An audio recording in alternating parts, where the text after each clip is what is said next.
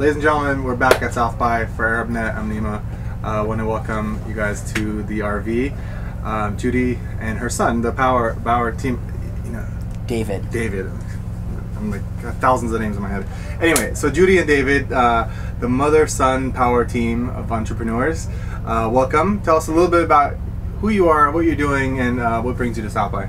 So why don't I start, and then I'll turn it over to David, which is I'm what we call in the Silicon Valley a serial entrepreneur. Started my first company in 1981, which helped build the Ethernet, shipped the first internet router. So I was involved in building the infrastructure that we all use today for entrepreneurship, for building applications and such on top of it. So I've co-founded 7 companies before this. Wow.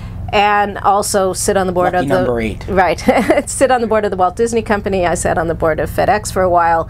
So I am a technologist by training that turned into entrepreneur and business leader. And I will let David talk about his background, but when he started a company last year, I jumped back into entrepreneurship to work with him to start number 8, and I'll let him tell you what it is. That's super cool. My previous company was a company called Carrico Management Group, where we managed up-and-coming pop acts as well as songwriters, and that was based in Los Angeles.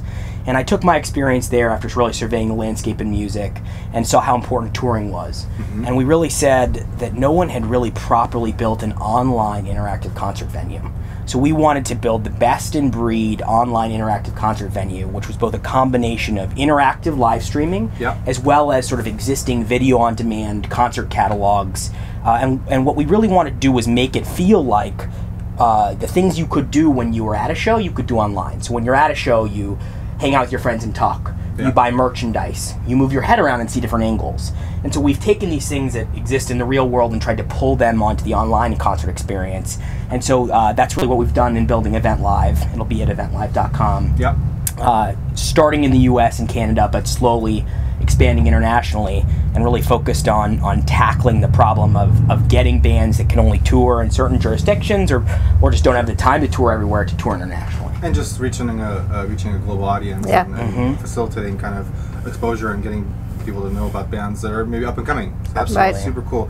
So just out of curiosity, you saw your mom building these companies and you just kind of followed the footsteps, or how did you know that you were going to be an entrepreneur? And then did you go to mom and say one day, like, Mom, I'm building this thing, and then you're like, wait, this is kind of cool, like how do I like support you? Or so I would say that he grew up around entrepreneurship, because the companies that I co-founded with my ex-husband, his father. So he grew up in an environment where all we were ever talking about were companies. He would come into the office, so he watched the process, and I think by nature was entrepreneurial.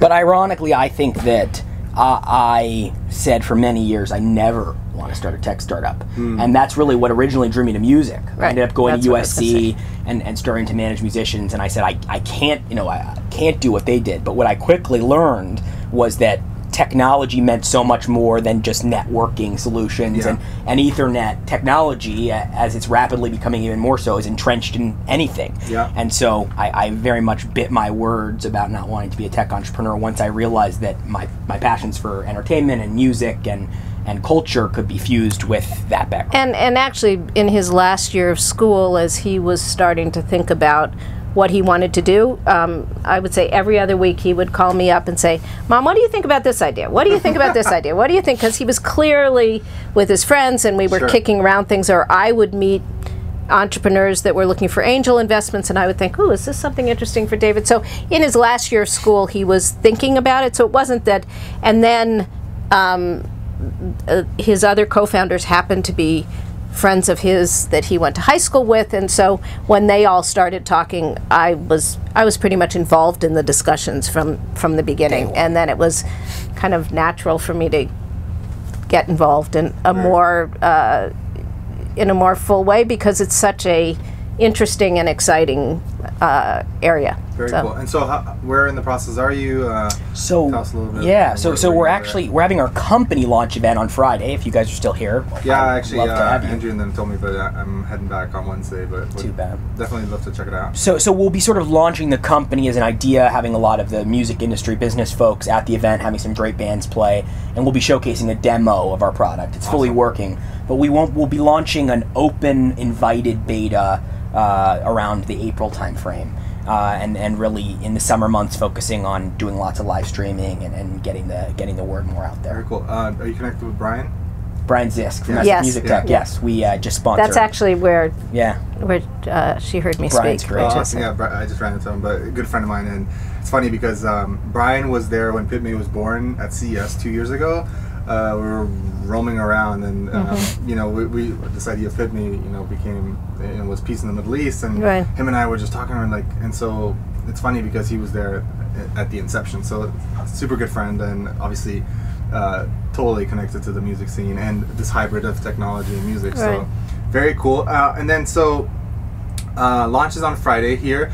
So did you guys specifically come to South by to launch, and is that kind of does it still work? And you know, what are your thoughts about South by? Well, I think it was a natural place for us to come and meet with people and have a launch event, and we knew that this was around the time we were going to launch, and so we targeted it at South by in terms of visibility. But I don't think this is the place where you put out a press release and expect there's so much going on. So we actually I would say 3 or 4 weeks ago had our initial press start to come out about the company, so that you lead up to South by, people have then heard about you, and then we've been having lots of meetings and such. But our business has an interesting component in that we're very much a B2C play. We're creating an online concert venue for fans everywhere, but at the same time, in order to properly launch that, the music industry is a complex space to navigate, and so South by seemed like a logical fit for us to sort of really engage in a deeper conversation with the music industry itself, since this is still such a popular place for the industry itself to come and watch new emerging acts. We felt it was a great, appropriate place to do some great business here. And if you think about what South by is about, especially interactive, it's technology meets creativity, and in some ways that's what we think about is Event Live. We have a very deep technology infrastructure, coupled with a passion for music and the creative side to create the right user experience, to really be able to bring that emotional connection online that you can't replicate the offline, but you can get close, and that's what we're aiming to do. So Judy, have you been coming to South by? You know, this is my first time. Oh, really? So this is David has been. This is my second time. So what do you think overall? I mean, it's obviously kind of mayhem here. And so many things going on, as you say, you know, events, parties, panels. It's pretty crazy. But what are your thoughts as far as, you know, even for you as a serial entrepreneur, first experience? What's your initial thought? I'll be honest. I have a love-hate relationship with it when I see it, which is, on one hand, there's so much energy and there's so much going on, and it's very representative, I think, of the music industry, where there are big artists, small artists, there's just all this stuff going on. On the other hand, I personally, there's something overwhelming about it. So you kind of look at it and say, oh my God, I can't possibly do everything. What do I want to do? And so I've only been here for 24 hours, and it's my first time, and I find myself a little bit overwhelmed by how much is going on. But I'm the older generation, so ask him. My impression is that the panels and the parties and all the stuff is great, but I think that the real value derived here is the serendipitous connections of running into a first or second degree connection, or being introduced to someone, and the fact that you can, in such a few number of days, really make some strong connections, whether they be personal or business, with people who, you know, you sign up, it's clear that they are going to be like-minded individuals who are trying to pursue music and technology and in this interactive space. And so I think that that's the real value, is the aspect that allows you to meet others like you and hopefully do business together. Well, I think there's great value and wisdom in the panels. I think for us, that's what we find most interesting. Yeah, I mean, it is a lot of noise, and I kind of agree. Maybe sometimes things get lost in the noise, and so there's a lot of commotion and a lot of things being launched, and a lot of people trying to figure out funny ways to launch a product. For example, yesterday it was raining, and spread fast social media, CRM basically, whatever it is. They were handing out ponchos and orange ponchos, and I thought, you know, that's pretty cool. You know, they're doing innovative things, but you know, you see all these companies kind of trying to do different gimmicks and different things to get attention. But I tend to agree a little bit. You could potentially just get lost, and it's, you know, you have a little window of connecting people. But on the other hand, I've been a few times, and some of the people I've met here, still great friends, still great connections, and it's this kind of social networking, that let's call it, because at the party is, you know, you're hanging out, you're partying, but for some reason those connections end up being really solid, and I think the value lies in that. So maybe I'll ask you after the event how, because you're here for another week, so that's a long time. Last time I actually ended up going home early because I was just the question is whether this separation, I understand how it evolved. This started out as a music conference and festival, or music oriented, and then interactive was kind of tagged onto it.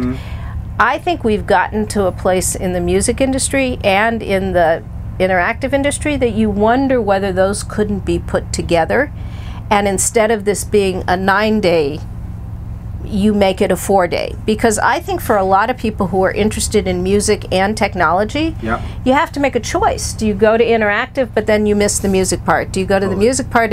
Because I originally was just going to come to the music part because that's when our launch event is. And then when we started kind of talking about the meetings and interviews and people we needed to meet, I realized they were all coming during interactive, because we interact with the digital media folks. So there is a question about whether those used to be separate things, but as technology has infused the industry so much, and I mentioned I'm on the board of Disney, technology is so integrated into everything Disney does. Disney's an entertainment company, but they're a technology company.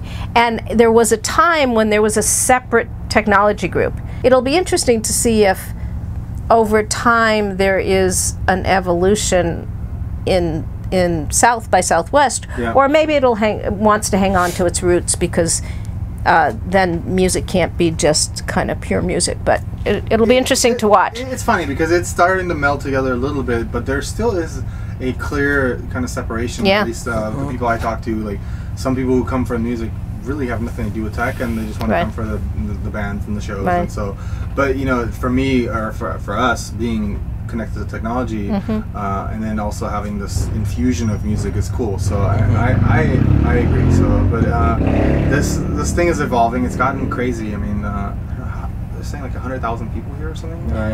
It's pretty intense, and you can't even keep up with the panels. You can't keep up with the parties, and literally like running around. And it is pretty overwhelming in that sense. But for our audience, anyway. It is an experience that I think you should definitely check out and experience. And so, any words of wisdom as far as advice of what to do or not to do coming to South by? I think that I'd say two things. One is plan ahead, and you know, make sure you really kind of look at what is available. So 3 things: that, plan ahead and look at what really pops out and interests you. 2, don't come to expect to do everything. And 3, the serendipity is often the best. And in some ways, it's like when you plan a trip. When you plan a trip to someplace you've never been, a foreign country, those same 3 things tend to apply. Plan ahead, think about what you really want to do. Don't feel like you have to get everything done on the first trip. And some of the best experiences are walking down that street that isn't in the tour guide, and meeting the people and sitting down and having a cup of tea. And so to me, South by is that type of experience. You need to kind of juggle those 3 things if you want to get the most out of it. Very cool. By the way, just out of curiosity, did you raise money, or is this something kind of bootstrapped, or? We raised $2.3 million last year, and which has. And how big is the team? We're now 15. Wow. Super cool. Yeah, again, I connected with some of your team members a few weeks ago, and really thought it was cool, and then they came to my talk. Anyway, but want to thank you for your time. Hopefully this was somewhat fun, and best of luck. I wish I could be here on Friday. I'm going to cross my fingers for you guys, and maybe when you get back home, I want to hear a progress report as far as how it went. Well, I'll tell you what, you can go to eventlive.com and sign up and for the beta. Okay. So it is. I will do that. Okay, Awesome. great. David, thank you so much. Judy, thank you so much. We'll see you next time. Peace.